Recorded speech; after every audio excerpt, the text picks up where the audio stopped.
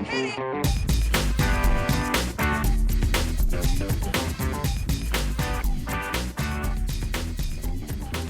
morning, good afternoon, good evening.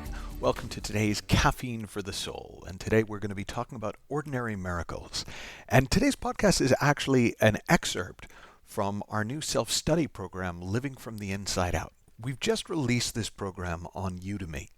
And within the first 4 days, it went from brand new to new and noteworthy to bestseller. And I've kind of been blown away by the response. We have people doing the program now in over 45 countries, and it thrills me that this has been taken up and received so well. So I wanted you to have a chance to get a feel for the program, and I think you'll particularly enjoy. This is from the second session of the program, and I talk about the miraculous nature of life. When I use the phrase ordinary miracles, I think of what Einstein said, and he said, in life, you have to live as though nothing is a miracle, or as though everything is. And to illustrate that point, let me show you a miracle.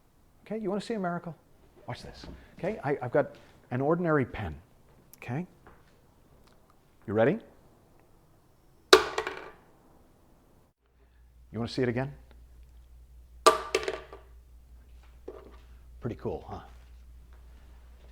Now, the reason I call that a miracle is because if you think about it, there's no particular reason that when I let go of this, it wouldn't just stay right here in space, except that we understand that there's this principle that we call gravity, which is a function of the way that the Earth spins and the speed and the force, and it creates an effect that draws things down towards it, which is why every single time I drop this pen, it's going to fall to the ground.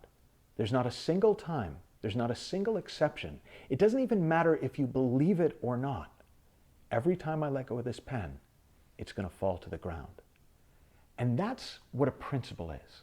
A principle is something that is so fundamental to the way that something works, to the way that any field that we're studying works, that everything in that field is built out from those basic principles. So I often use the example in geometry of a point, line, plane postulate. Now that sounds really complicated, but it really isn't. Even if you don't remember your high school geometry, right? A point is that little dot.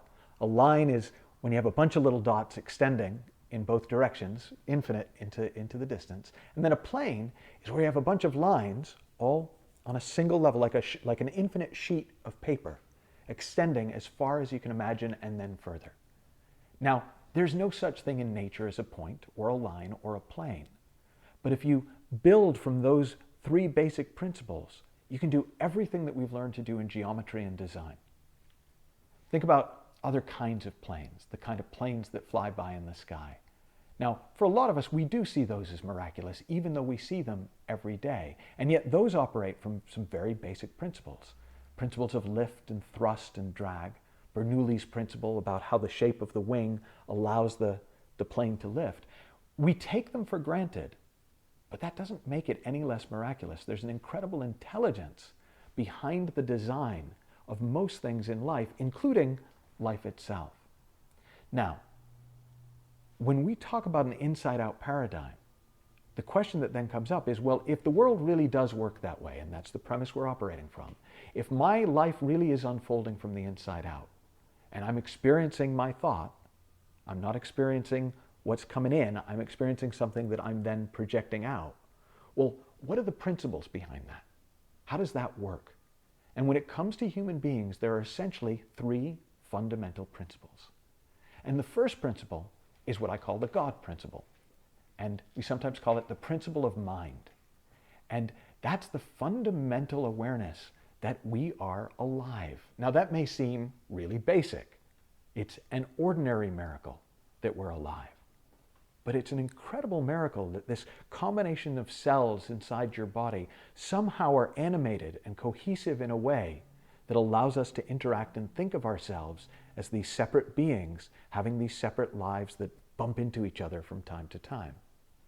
So the God principle, the principle of mind, essentially says that we have life and that there is an energy of life that we are a part of.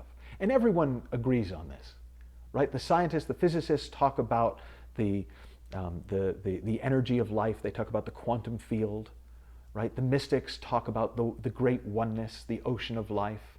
You'll find in any religion, they'll talk about the Alpha and the Omega. They'll talk about God. They'll talk about the Godhead. They'll talk about the totality. They'll talk about the formless and the form. Well, that whole thing, that whole game is the first principle, that we are alive. Now, there's another principle that we're not just alive, we're aware. We have the capacity to experience life. Again, it would be very easy to take that for granted. Right? There's an old Marshall McLuhan saying that, I don't know who discovered water, but I guarantee you that it wasn't a fish. Right? Because a fish swims in water all the time. It's not even aware of water. Well, because we are living in a field of consciousness, we're not even aware that that's going on. But you can become aware of the fact that you have the capacity for awareness, that we are living in this field of pure potential to be aware of anything. It's almost like the developing fluid for a photograph, that whatever goes into it is brought out. And consciousness is infinite, and at a personal level, we experience different levels of consciousness. So we can be conscious of just what's happening in front of us and just what's happening outside us. We can begin to understand more about how things unfold, and we can be conscious not only of what's happening outside us, but begin to become conscious of our own thoughts and feelings. We can begin to become conscious not just of what's going on outside us, our own thoughts and feelings, but of the nature of thought and feeling, which is what we're talking about in this program, of the nature of consciousness, of our capacity to be aware, of the nature of life, that there's this very ordinary miracle that we take for granted, most of us take for granted, which is that we're alive, that we're a part of this larger energy and intelligence of life. And then a third principle, what I call the creative principle, is the principle of thought. And the principle of thought is that we can think anything, which means, because we experience our thinking, we can experience anything. So one way to think about mind is infinite creative potential. And consciousness is what brings that potential to life.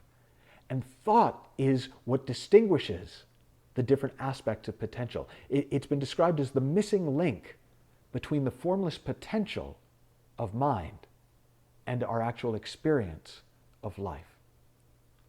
Now, at this point, it would not surprise me at all if you're going, yes, very interesting, very interesting. What's your point? And so let me see if I can simplify it a little bit.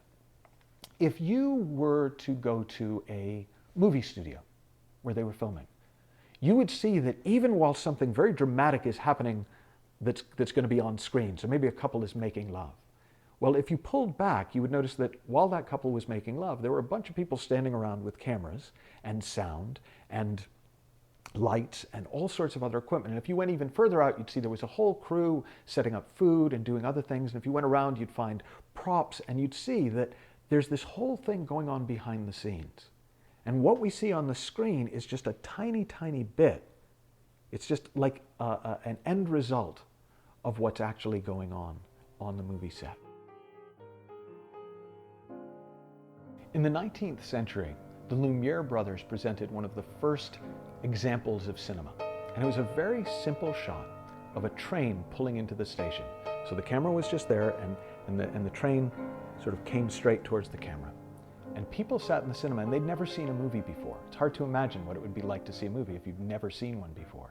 But what happened is, as the train came into the station on the screen, half of the audience ran out of the cinema screaming in terror, because they didn't have any way of processing the difference between what was happening up on the screen and what was real.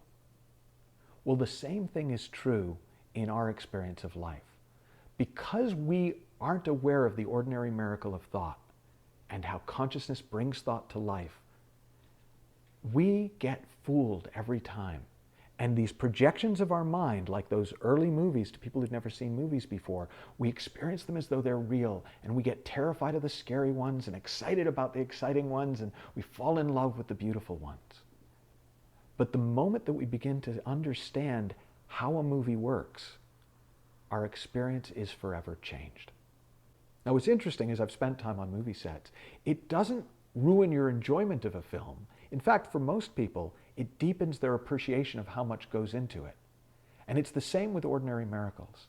As you start to look around your life and you start to see all the ordinary miracles that are unfolding all the time, the miracle of being alive, the miracle of having this capacity to experience, and the miracle of thought, that we have this power within us that allows us to take this pure, formless energy of life and create any experience that you can imagine from it.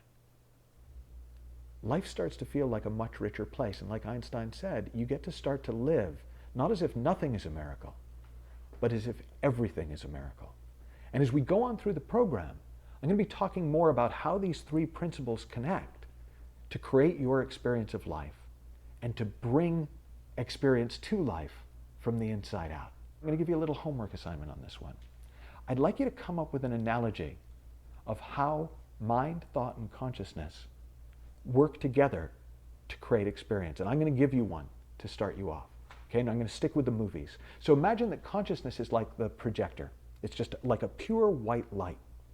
And whatever you put in front of that projector gets shown up on the screen. And that screen would be our experience of life.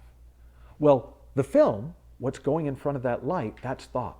And whatever film you put in front of the light, that's going to be what your experience. So thought and consciousness are going to work together to create your experience up on the screen. Well, what powers the whole thing? Well, the energy behind the whole enterprise is the electricity.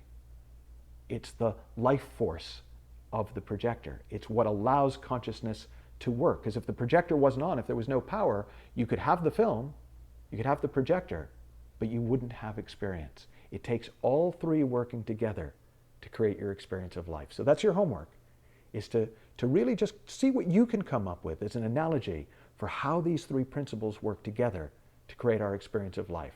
Until next time, have fun, learn heaps, and I'll talk to you soon. Bye-bye for now.